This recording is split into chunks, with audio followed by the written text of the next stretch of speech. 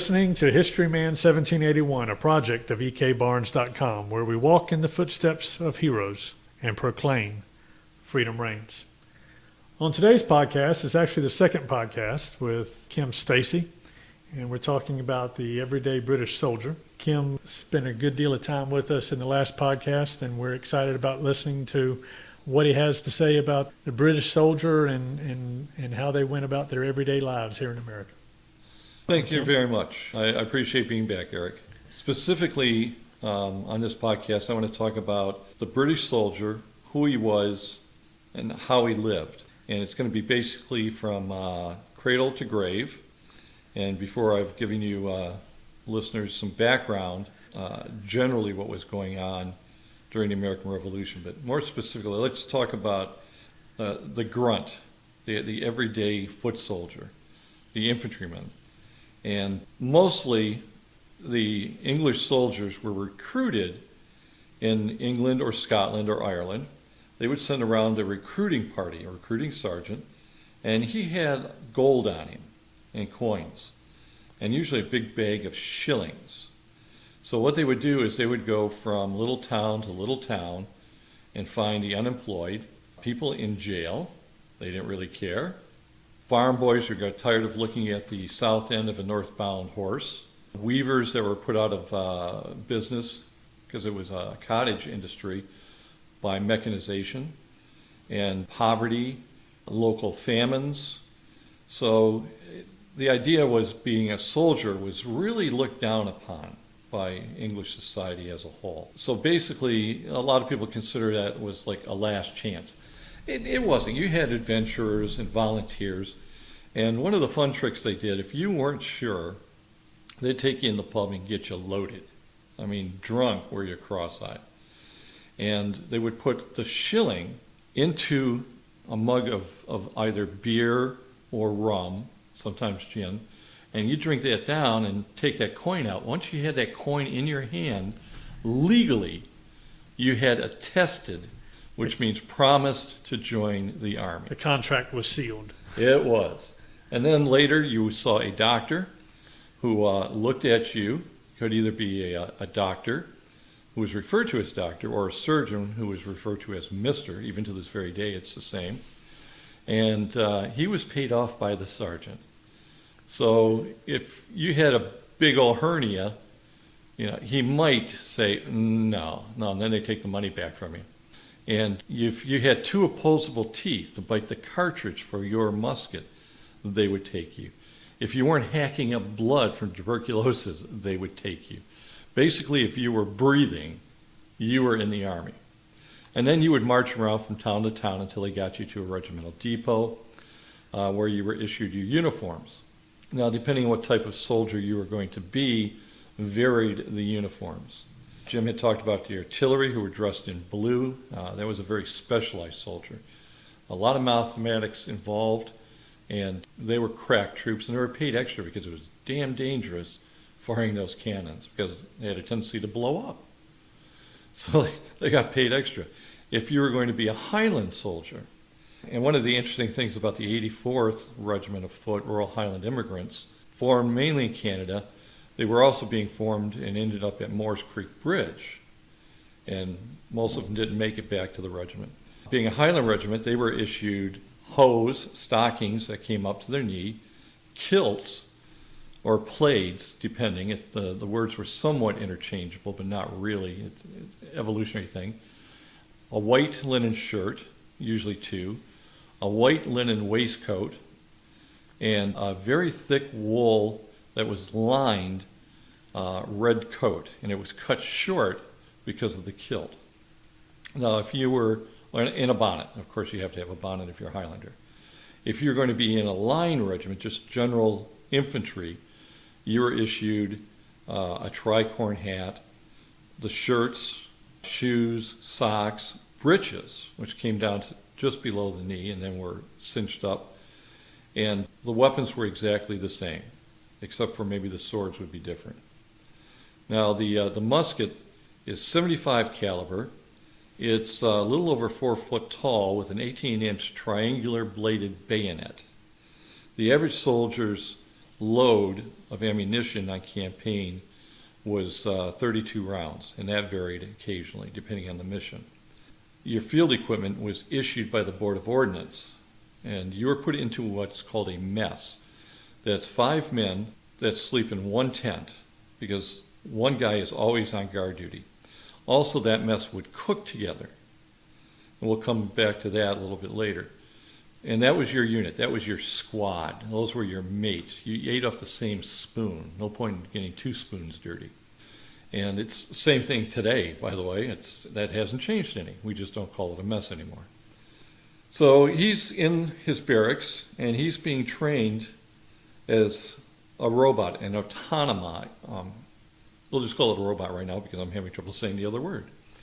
Where he would drill constantly, 4 to 6 hours a day, how to march, how to move on the battlefield, and how to fire his weapon.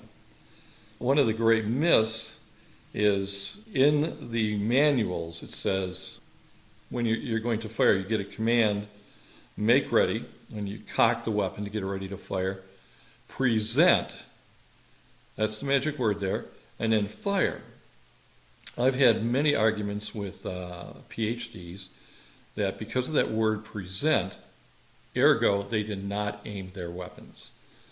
The other opposite of that is you can't read a regimental journal without notations that the men are to fire at marks. Sometimes floating barrels if you're by open water, so you're practicing shooting at moving targets. So you have to aim. As where the American version of that is make ready, aim, and then fire.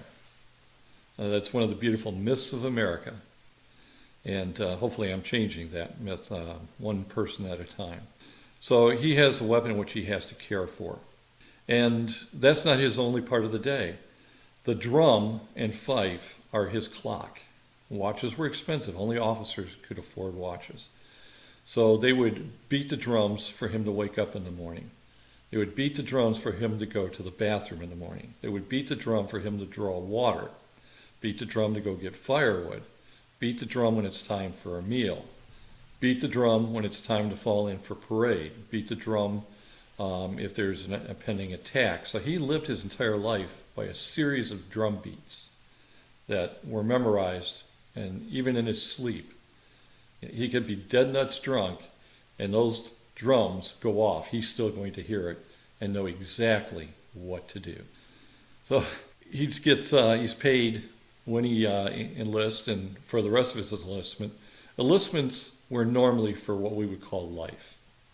So he's in it. Which would be a lot different than the American forces, where you had some enlistments, especially with the militia, only 3 months sometimes. Yeah, some even as short as 30 days. Right. Just for a particular engagement that was upcoming or whatever, and then you go back home. So a lot different in that regard. Yeah, they were. And they were also paid in coin, as where the Americans were paid in paper, right. A promissory note, which has no worth. And the soldiers paid 8 pence a day, which really wasn't bad considering a civilian was making a little bit more than that.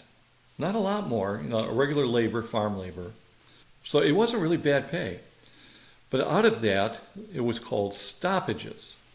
So out of the 8 pennies, he normally took home 4 pennies a day when he was paid. And it wasn't always on time, but usually he was on time. Once a month he was paid. And that was for the Chelsea hospital pension system. When he gets old, if he survives disease or is incapacitated, he could go to Chelsea Hospital, which is in Kew outside of London, England, or some of the satellite places like in Edinburgh. They had like an office, like a VA has offices, probably one here in Camden, and then the major one would be Columbia. And he had to pay for his food that was issued to him. So he was paid for medical services, whether he needed it or not. And then there was a deduction for the good of the company. If somebody was injured or hurt and they needed a little bit of cash to get them through, depending on the regiment, they would have a regimental fund for emergencies. For medical services that he's paid for. Medicine in the 18th century was abysmal by today's standards. If you took a first aid course, you know more about treating injuries and illness and the knowledge of bacteria and how infections work than a surgeon of the day. Surgeons started off usually as an apprentice, helping to cut off limbs, which was the main way to treat compound fractures. And some of them were actually very talented at it because they've done so many of them. The fastest amputation of a leg was 15 seconds, and the apprentice lost 4 fingers. So they were in a big hurry. That's another lecture for another day. So he paid for that. If he had a venereal disease, gonorrhea, syphilis, they thought were all the same. He was charged when he was sick off of his pay because he couldn't do guard duty because of the uncomfortableness of his affliction. And there's many, many orders about the men not to lay with women, not their wives, in the wet grass. They thought the wet grass and a hooker was a way of getting a venereal disease. They would treat it with mercury. You overdose with mercury and your teeth fall out.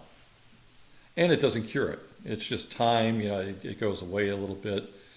And if you had a temperature, they would just put their hand on your forehead. They had no way of treating malaria, no quinine at that time. And dysentery. They didn't know that if you eat raw sugar for dysentery with our military rations, if you don't have the proper medication, you can take the peanut butter, drain off the oil, eat the cake of peanut butter with all the raw sugar you can get to slow down your intestines.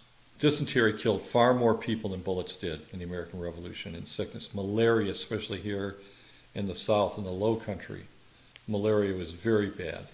Lots of diseases. Normally, colonial wars, right through the War of Northern Aggression, disease killed 9 out of 10 of people. And that 1% to 2% were actually killed in combat-related activities. But the diarrhea. The British, interesting part of his training was camp hygiene and personal hygiene. They were issued soap, which was a revelation from the French and Indian War. They found that the Native Americans bathed every day, and they didn't come down with all these rashes and diseases, and they learned to boil their water. So our soldiers here, especially in the South, in camp they had big slit latrines, and if you're of the World War I or II generation, and even right over into the Middle East, there were slit latrines. You dug a big trench, and every day you filled 6 inches of dirt on top of it to keep the flies away, and you went about your business. Now, if you have dysentery, you go 100 feet, you drop your trousers, and you go, then you get back in line. Some soldiers would literally cut the seam out of their trousers. So taking a trouser off was time-consuming with the amount of time it takes for your body to say, we've got an exit coming. And getting them down and not messing up, soiling your own trousers. So if you went anywhere else, including urinating, you did not just stand outside your tent and urinate in the company street. If you were caught, you were flogged. Now, flogging, there's a lot of myth about that. Yes, you could get 500 lashes. That was so incredibly rare because it would kill you. And usually they would do that over a series of days. Normally, minor infractions, you might get 10 lashes. For a serious crime, rape or murder, they might very well give you 500 and then hang you. But that had to be approved by the commanding general. And here it would have been Cornwallis. And he would say yes or no. A lot of times, if it wasn't so obvious that it was murder or rape, they would lessen the charge and sometimes ship you off to the Fever Islands where you were going to die, or to Africa because you were going to die of disease. It was an absolute known fact. You went to these places, you were going to die of disease.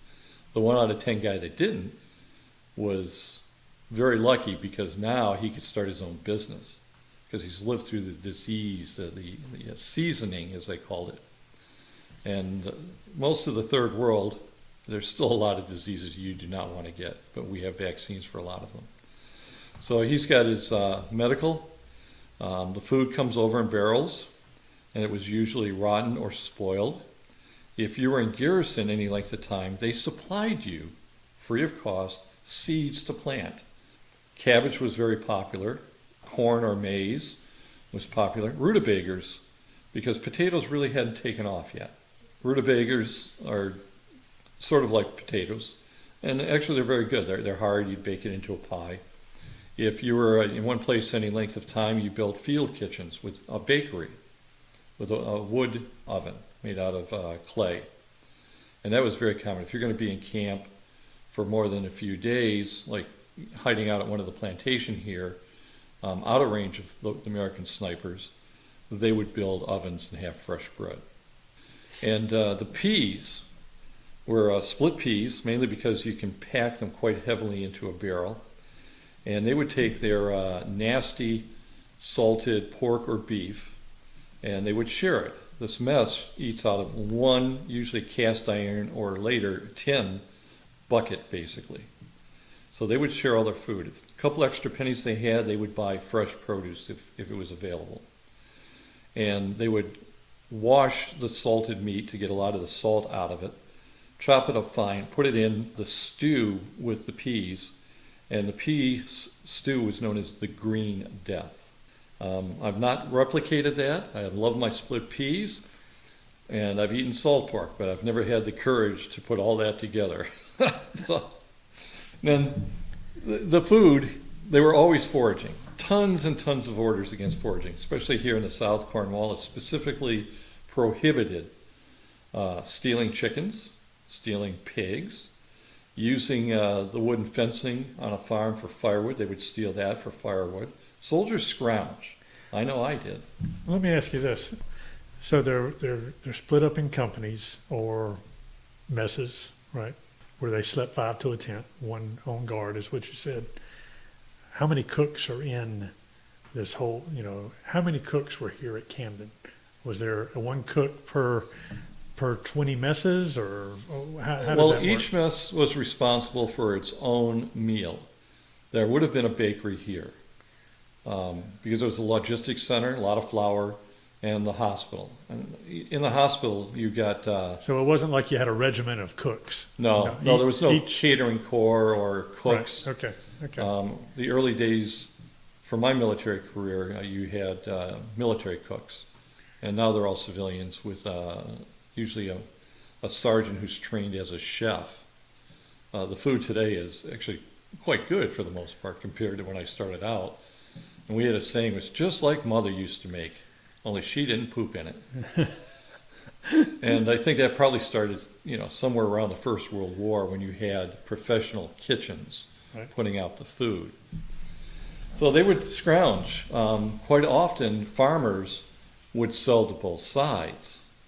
If I was a farmer here outside of Camden, I got a lot of cattle. Americans are going to come take my cattle, and they're going to give me a piece of paper, a promissory note.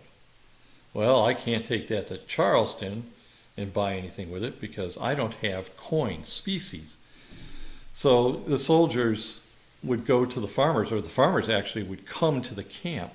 And normally outside of camp, like Camden here, there would have been a bunch of merchants that follow the army. And they go to the bigger encampments, and they sell luxury goods. So the farmer brings his wagon here to Camden.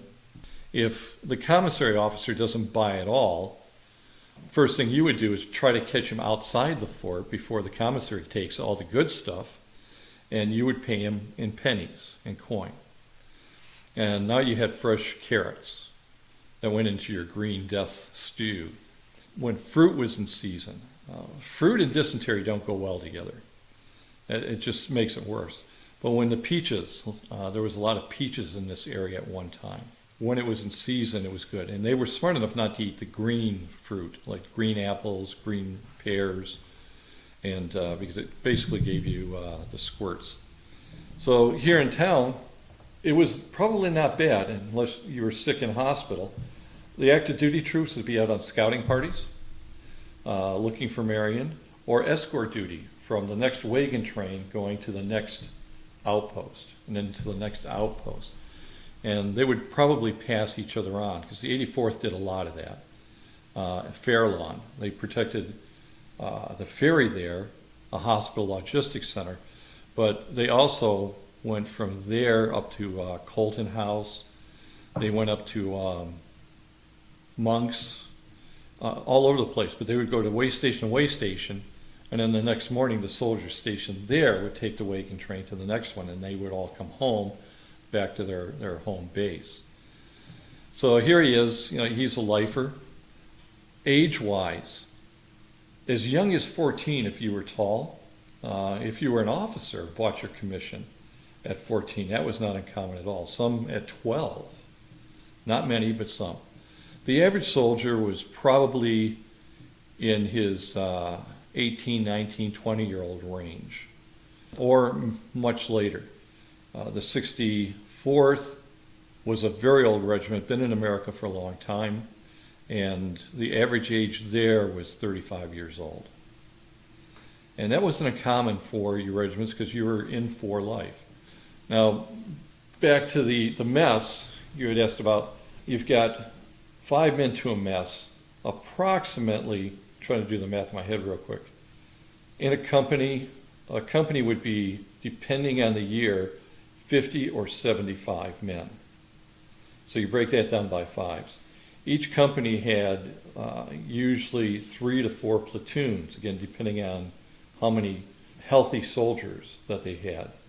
When you read the hospital returns, how many were in Charleston, the 71st Highlanders, incredible soldiers. At any given time, 25% were in hospital with disease. Because they had diseases they'd never seen up in the hills of Scotland.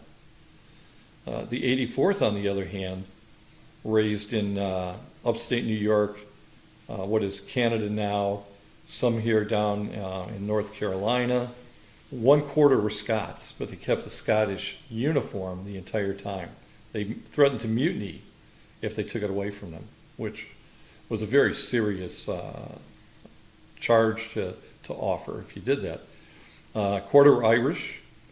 1/4 were known as foreigners, which was French Canadians, and 1/4 Americans. It started off supposed to be a regular regiment, but in fact it was a loyalist for a while and then went on the real army. And for example, think in terms of a National Guard unit getting activated, and then they're never back to being National Guard. It becomes a regular army unit. So when they joined as loyalists, would they be considered provincials at that point? Yes. So a loyalist would be the provincial section, and then you're saying they became full blown, or how would you say that? Regular army. Regular army. Yeah, they were drafted into the regular army, which gave them pension rights. I see. But So the difference was it was only for the duration, not for life. the provincials were only for a duration? Yes. Okay. And they only were supposed to serve in North America. Now, there are exceptions to everything I will ever tell you. There's always an exception to it. New Jersey. So when they became the 84th Regiment, full-blown Army, right. And they were full-blown Army for life. no, because they were raised as provincials, their enlistment contracts stated that they would be given land grants at the end of hostilities, and they were only in for the duration, not life like a regular army unit coming over from England. Their pay, there were slight differences in pay. So they started off in actually recruiting in 74. Weren't uniformed until 76 when the uniforms first came over. And then they were promised by the king to be as regulars when they formed, but part of the condition was they would only serve in North America for the duration as a regular British regiment. That was a brand new concession for the American War. And they found the need to do that from the earlier French and Indian War, because that was the testing field for the officers. A lot of the officers, American and British officers, fought in it, senior officers, and a lot of the American officers in rebellion had been British officers. So nobody really wanted this war to start, nobody, and the British never had their heart into it. The soldiers that were here because you're fighting against your friends and relatives in some cases. So there's some quirky things. Well, you had units like the New Jersey Volunteers, which were down here, and they were formed as provincials, stayed as provincials for the entire war. So there were exceptions. So the company, you had 10 companies per regiment. Regiment was an administrative headquarters sort of thing. And battalion, a regiment could have more than one battalion. The battalion was a lower level of administration.